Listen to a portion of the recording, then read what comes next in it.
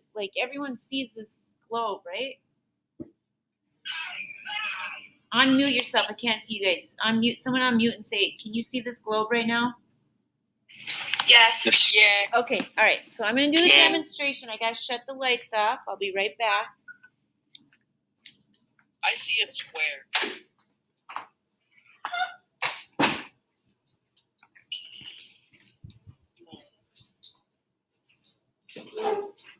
Okay. So once again, we're doing the investigation called Ahead of the Curve. So I'm going to read from page 13. Why is Earth warmer at the equator and colder at the poles?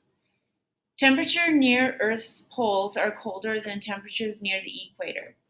What causes these temperature differences? Let's find out. So, before I start, I think we can all agree that even though we've talked a little bit about tilt, it doesn't matter if it's summer in the northern hemisphere.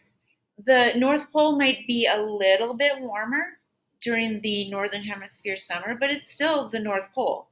It's still got snow. It's still kind of cold. So I think most people know that the North and South Pole are cold. And most students realize, even if you've never been to the equator, that any land along the equatorial region is always pretty nice and warm. No matter summer, fall, no matter which hemisphere is tilted away or towards, the equator is always warm and the poles are always a bit chilly. Maybe a little less chilly in the summer, but still, there's still snow and there's still ice. So ahead of the curve, it says, observe the demonstration I'm about to do. I'm going to use a globe and a flashlight, and you want to describe and illustrate what you observe. So, how am I going to make this work?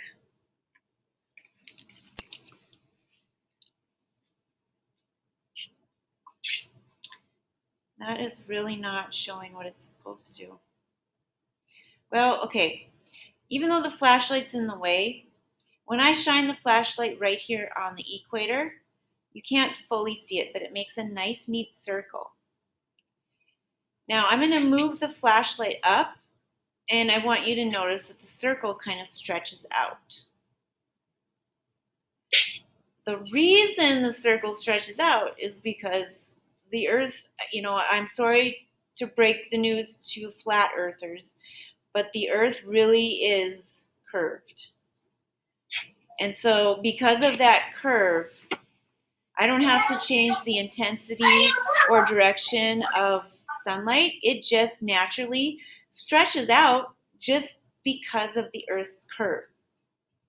Now, because you can't see it the best, I can demonstrate the consequence of Earth's curving by showing you the same thing in an index card. So I'm going to go grab an index card.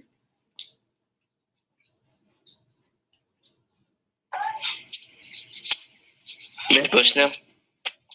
And I can simulate the same thing by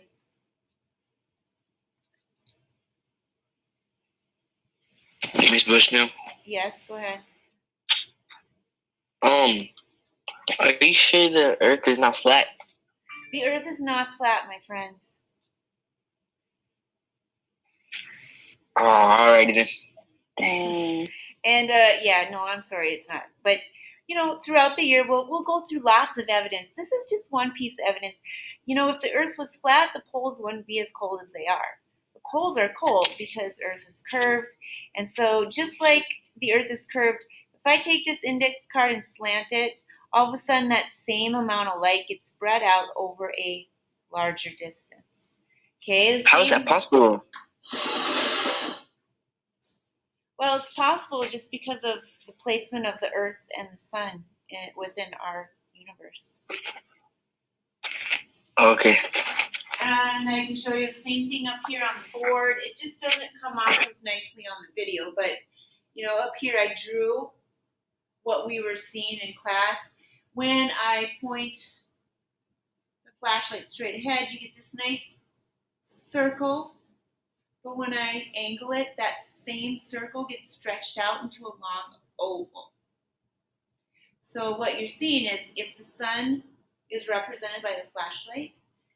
When the sunlight is coming in at a 90-degree angle, like it is at the equator, the light is nice and neat and concentrated. But when the sunlight comes in at an angle, like it does at the poles, because Earth is curved, that same amount of solar energy has to stretch and cover a larger area. So you have the same amount of energy, but it gets stretched over more area. And so that you're just going to lose heat as a consequence of spreading that same amount of energy over a larger area. Okay, I'm going to stop this now.